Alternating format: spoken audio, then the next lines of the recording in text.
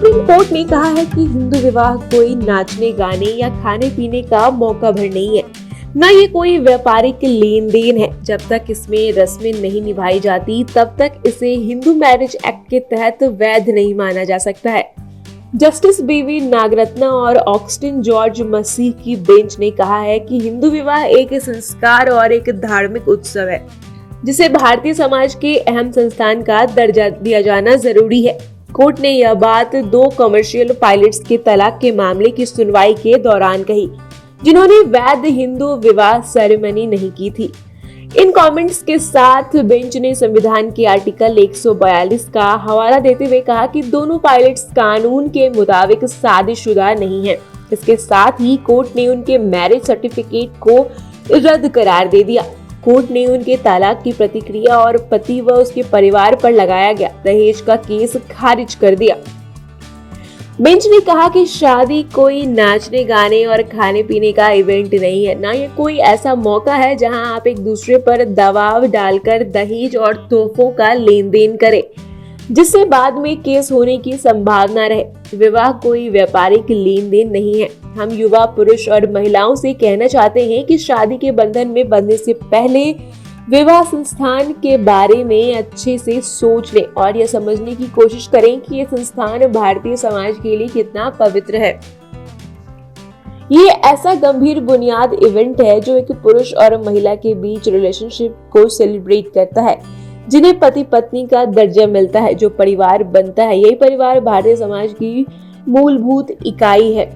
Court ने कहा कि विवाह एक पावन चीज है, क्योंकि यह जीवन भर के लिए 2 लोगों को आत्मसम्मान के साथ बराबरी का अधिकार देते हुए साथ लाता है। हिंदू विवाह संतान पैदा करने की अनुमति देता है, परिवार को जोड़ता है और अलग अलग समुदायों के बीच भाईचारे की भावना को मजबूत करता है।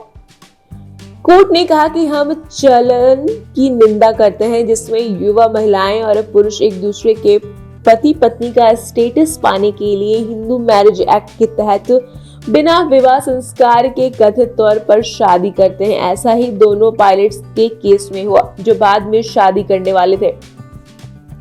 19 अप्रैल के अपने आदेश में कोर्ट ने कहा कि जहां हिंदू विवाह सप्तपदी जैसे सभी रीति रिवाजों के साथ नहीं हुआ है, उसे हिंदू विवाह नहीं माना जा सकता है। कोर्ट ने कहा है कि हमारा मानना है कि हिंदू विवाह पवित्र होता है। कोर्ट ने कहा है कि सप्तपदी की बात करें तो ऋग्वेद के मुताबिक 7वां फेरा पूरा होने पर दुल्हन दूल्हे से कहती है कि इन 7 फेरों के साथ हम सखा बन गए हैं। मैं जीवन भर इस मित्रता के बंधन में रहूं, इससे कभी अलग ना होना पड़े। पत्नी को अर्धांगिनी कहते हैं, पर उसे अपने दुख की पहचान के साथ स्वीकार किया जाता है और वह विवाह में उसका बराबरी का हक होता है। विवाह में बेटर हाफ जैसा कुछ नहीं होता, बल्कि पति पत्नी दोनों अपने आप में पूर्ण होकर साथ आते हैं। कोर्ट ने आगे कहा कि हिंदू मैरिज एक्ट में बहुपति प्रथा, बहुविवाह प्रथा और इन जैसी अन्य प्रथाओं की कोई जगह नहीं है। संसद भी यही चाहती थी कि अलग अलग रीति रिवाज और परंपराओं वाला एक ही प्रकार का शादी होना चाहिए। इसलिए कई शादियों के गुजर जाने के बाद और हिंदू मैरिज एक्ट के लागू होने के बाद एक महिला के एक ही पुरुष से और एक पुरुष की एक ही महिला से विवाह को कानूनी तौर पर मान्यता दी गई है। बेंच ने कहा है कि 18 मई 1955 को लागू होने के बाद से इस कानून ने हिंदुओं में विवाह का एक कानून बनाया है।